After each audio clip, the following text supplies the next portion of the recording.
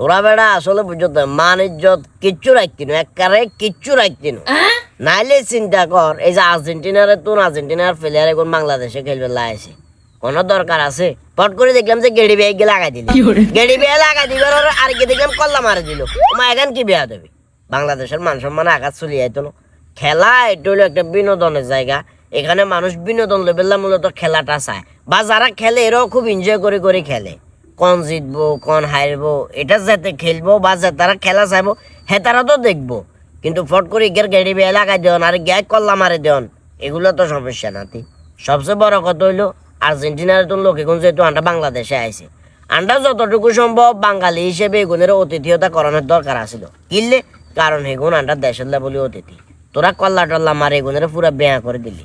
যাক, একটা জিনিস ভালো লাগছে, খেলা ডট হয়েছে, আর্জেন্টিনা জিতে যাবো খেয়াল করছিলাম। বাংলাদেশেও একেবারে খারাপ খেলে না, ভালোই খেলছে।